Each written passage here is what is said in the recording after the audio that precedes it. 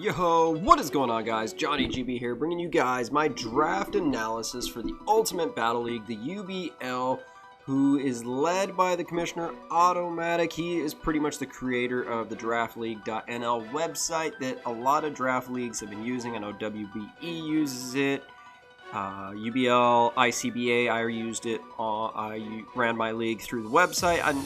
I just think the website's just great in general for tracking draft leagues. Simple to use. Go ahead, check it out. You guys can go see what leagues are on there.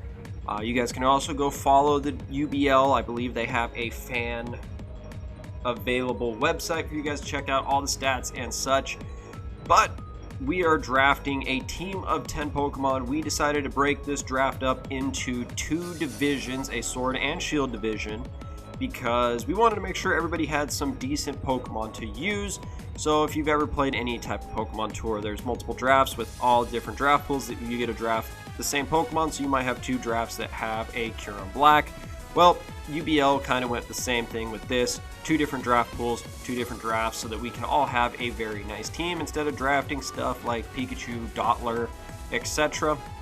So I thought that was actually a good touch. Now, we were in the Shield draft, I believe, and we were the second overall pick in the Shield draft, so we were guaranteed to get something good, which I really liked. I wanted to make sure I drafted a lot of new Pokemon this season, but also to mix in some comfort Pokemon.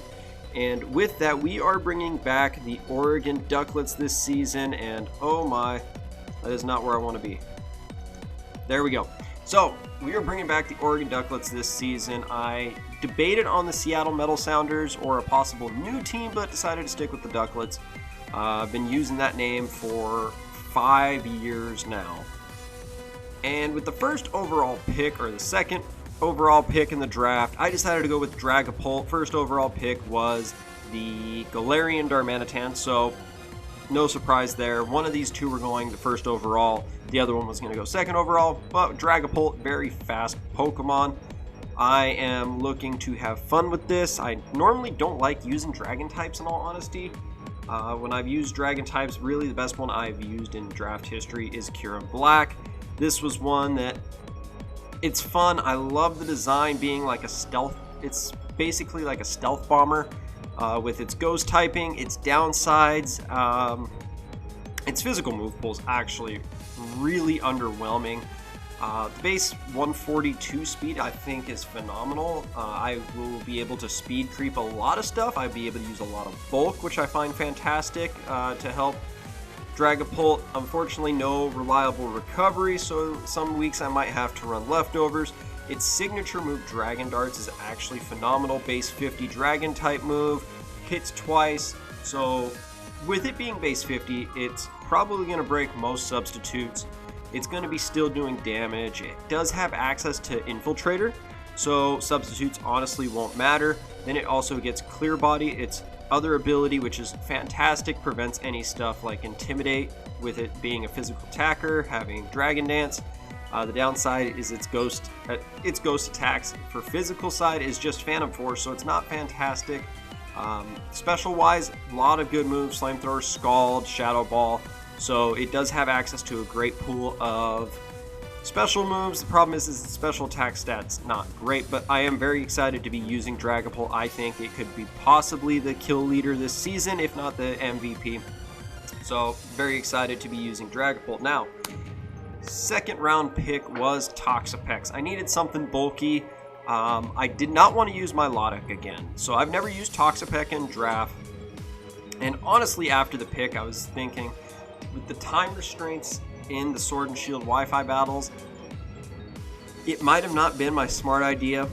We will be using the LAN chess timer method for these battles, so hopefully I can get that to work, and making sure that we get these chess timers in which we each have our own individual 10-minute time frame to pick moves. I feel like that's a fair way to look at it, but for Thechoicespecs, anyhow, it is a very bulky Pokemon with no Z moves. It is honestly a lot better this generation. You could probably make arguments for Thechoicespecs being tier 1 without reliable methods to break it. Z moves really scared it because you could go in, use Electrium, Groundinium Z. Now Stuff like Arcanine, I'm not too worried about. You have stuff like Arcanine that used to use Electrium Z, opposing electric types no longer can really or non-electric types, so like Goodra, Arcanine, I don't know, those are just some examples. Like Magearna used to be able to run Electrium Z to deal with this. Now you're looking at this position where Thunderbolt's going to be the strongest move hitting it, unless they want to run Rain Dance Thunder. But it's now bulkier because of the lack of Z moves. It still has access to reliable recovery. Toxic Spikes are actually going to be very big on this because of the lack of hazard removal in the generation. Not a lot of stuff gets access to Defog or Rapid Spin, so Toxic Spikes is actually very good. And just being a grounded poison also helps for opponents that may want to stack Toxic Spikes against me. I just feel like that grounded poison is kind of more important now than it's ever been. Now, as far as round 3 goes, I decided let's get a comfort Pokemon. I took 2 Pokemon I've never used, one being a brand new one, another one being just a bulky water I've never really had experience with. So 3rd round pick, I decided to go with Rotom Heat. So my original plan was Rotom Wash, because I love Rotom Wash. I felt like it would have been very good for Dragapult. But you know what? Rotom Heat is actually fantastic as well. Downside again, it does not have Defog yet, and unfortunately the way the UBL is going, we are not allowed to bring in Pokemon from Pokemon Home and breed those moves onto there, so we will be without Defog Rotom Heat for at least this season, and if I get invited back for Season 4. But again, this brings a lot of utility to my team. So we have status ailments such as Will-O-Wisp and Thunder Wave. Now, Toxic, unfortunately, will not be allowed this season because Rotom does not actually get access to Toxic. Toxic is very limited in the Galar region, so it's not going to be a fantastic thing to lose Toxic, but I still Will-O-Wisp, Thunder Wave, Volt Switch. Still gets access to Light Screen and Reflect, so a lot of utility that I need from Rotom, and Trick as well. And it's just a good Pokemon that I can pair with Dragapult, that I can give initiative and make sure that Dragapult's setting up or possibly damaging a variety of Pokemon that my opponent might try to switch in. 4th round, I went with another Galar Pokemon, and that is Hatterene. So I have little to no experience with any sort of Hatterene. All I know is it has high special defense, high special attack, slow as hell, and has Magic Bounce. So the Magic Bounce is honestly one form of hazard removal or hazard prevention, in all honesty, that you can find in Generation 8, which is not a good thing. But talked with some people, they said this thing's a good Pokemon, so I took their word for it and decided to draft it. Don't know much about it. I did not use one in my Let's Play of this game. Have not done anything with it, and when I played in-game, I kind of just clicked Sludge Wave or Poison Jab with my Toxtricity, and never really worried about this thing. So again, it's a lot of practice. I'm going to have to experiment with these Pokemon and see what they actually do, so I have some knowledge. But Hatterene, again, very good specially defensive, so seeing as I have Toxapex as physically defensive, I guess this could actually work. Poison weakness is okay. The Steel weakness, again, is okay. I have Rotom and Toxapex, so I'm not too worried. I feel like I'm covering the weaknesses good. Ghost is a little bit annoying, especially with the lack of good normal types, so Ghost type weakness honestly could be annoying down the road, and not really sure if I actually take care of that in this draft. But round 5, I decide to go with Steelix, so I'm not helping my electric type, or not electric, my ground type weaknesses in this draft. So far, Mold Breaker Excadrill runs through me as of right now. But Steelix, again, this was just another comfort Pokemon that I've constantly used. I've used this in many leagues. Very good Stealth Rocker, very good physically defensive.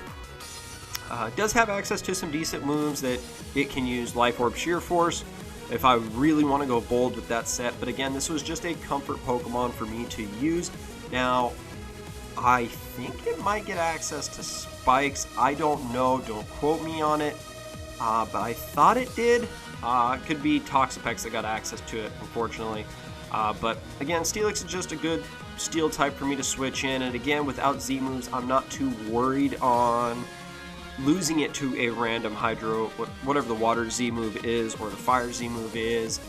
Again, another Pokemon with a lack of recovery, so far only Toxapex has it. I guess Rotom if you can include Pain Split, but again, for every new Pokemon, I want to make sure I get something I'm comfortable in using, and Steelix kind of just fit that.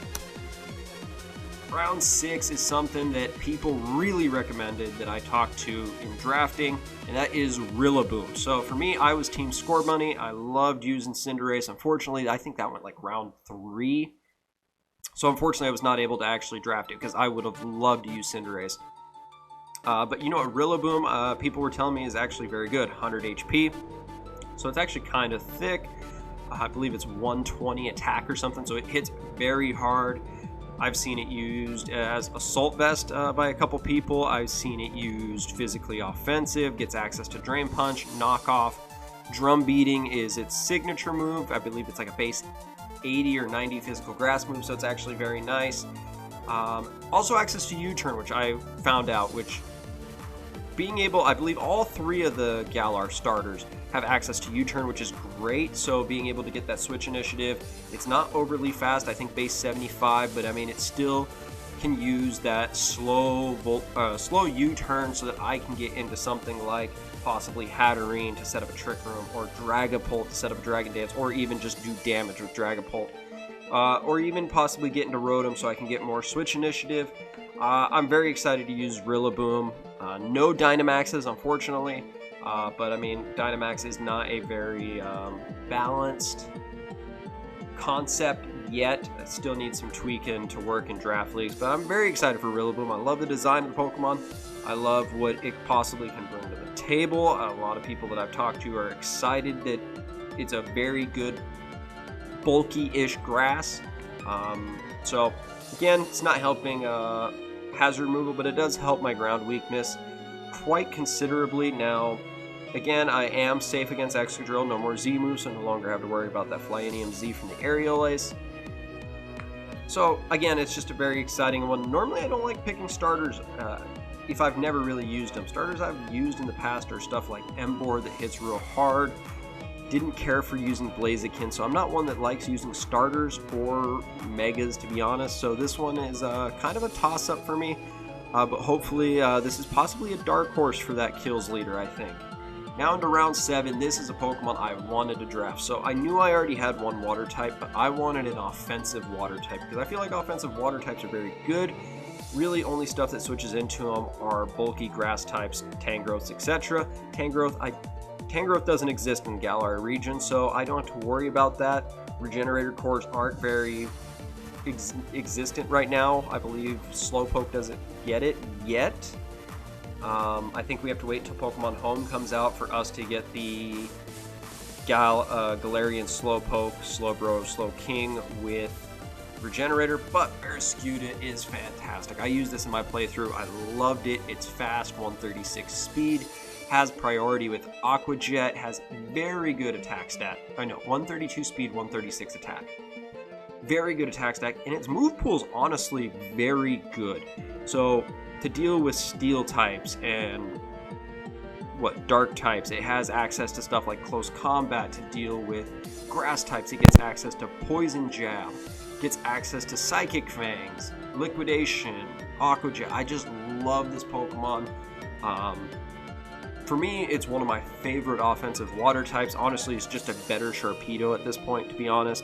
And this is a Pokemon that I have my radar on in terms of leading the league in kills. I feel like if you can weaken your opponent's teams, its speed and its ability to just attack, slap a Choice Band on it, maybe a Muscle Band if you don't want to lock yourself into moves, and just clean up your opponent's team. I think Barraskewda is a Pokemon that could very easily lead the UBL in kills, and I'm very excited to use it. This is probably the Pokemon I am most excited to use in this league. Now, round 8, not really a comfort Pokemon, but I needed some form of ground immunity and removal. And you know what? Volibee fits that bill. It has Flying type, it gets Defog. It's pretty much the only reason it's there. Now, it does have some other niche stuff. It does have Reliable Recovery and Roost. Has stuff like Knockoff, I believe, still. And it also has access to stuff like U-Turn and Foul Play. So, I mean, it's not awful. But with the way my points go, I spent a lot of good mid-round or mid-tier picks instead of loading up on a lot of good stuff and having a bad back part of my draft. I kind of decided I want to make it nice and even. draft. And you know what, Volibee for 40 points, I thought it's a ground immunity, it's hazard removal. It's just a baby version of Mandibuzz, so I'll treat it in the same role.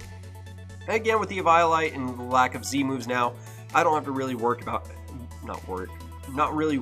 about anything in terms of reliably breaking it in one hit. Now, round 9, I decided to go for some type of physically offensive, but kind of like a mixed attacker here, because I didn't really have another attacker that could possibly clean up games if my opponent's team is weakened. And I've used Lucario in the past, but this was one I honestly felt a lot better on. Now, Psychic weakness is not very good, Volibee being my only dark type, and then we also have stuff like Toxapex weak to Psychic, so this isn't very helping. And then this does not help my ground weakness at all, especially when I only have Rillaboom and Volibee. But Toxicroak is a Pokemon I have always found very interesting, very good move pool, can be physically offensive or specially offensive. It has the move pool to run both. So this is just a fun Pokemon to use as a mixed attacker that I can run physically offensive, specially offensive, and possibly even clean up. Now, I don't know if it has any speed boosting stats. It has, I believe, I want to say just Vacuum Wave and Sucker Punch as priority, so it's not fantastic, but I mean, Poison Jab, Sludge Bomb, I have that option to go back and forth. So it's just a Pokemon that I'm just going to have fun with. Treat it like a Lucario in that sense. It just does not have the extreme speed that Lucario has. I could have gone Lucario, but I wanted to make sure my last pick I was able to grab. And that last pick is Sandaconda. So Sandaconda was actually one of my top 5 favorite Galar Pokemon.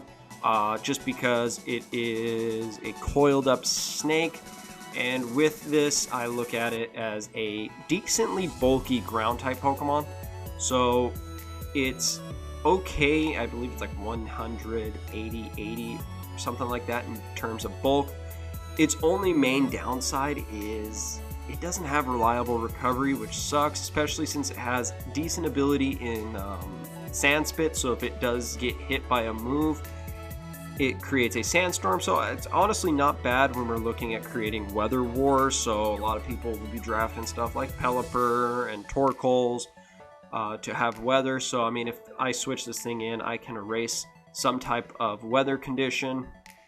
And just being a good stealth rocker, it gives me my second stealth rocker on the team besides Steelix, which was also important. I didn't want to be stuck relying on Stealth Rock Steelix every week. Sandaconda does give me that option, as well as an electric immunity, so I really don't have to rely on Steelix being that electric immunity.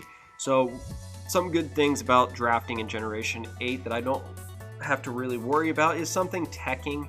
Hidden Power I thought was actually just a very good thing now that they just got rid of Hidden Power in general, just because a lot of things can just slap on Hidden Power, have a good special attack stat, and do a good chunk to your team. So I feel like that's going to be a very good change. Some of the downsides I'm seeing is just the inability to use Dynamax. I know some leagues have tried the Gigamax, but as far as my team, I mean, I had some options for the Gigamax when you're looking at something like Hatterene or Sandaconda, even Rillaboom come future seasons if they do consider using the Gigamax. But as far as this draft goes, I am very happy with the team I chose. There were some picks I wish I would have had. I wish I would have had Cinderace. I wish I would have had possibly Sand Team. I did look at possibly building just an Excadrill Gigalith or an Excadrill Hippowdon core, or even Sandaconda with the Sand Spit. I thought would have been actually interesting, but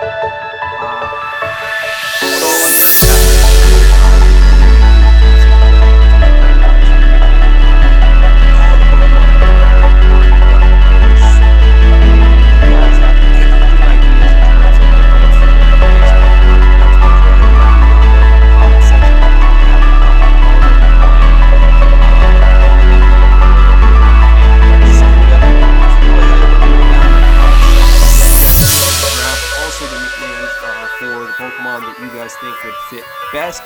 And with all that being said, guys, I am Johnny GB with the Oregon Duckletts, coach of the Oregon Duckletts.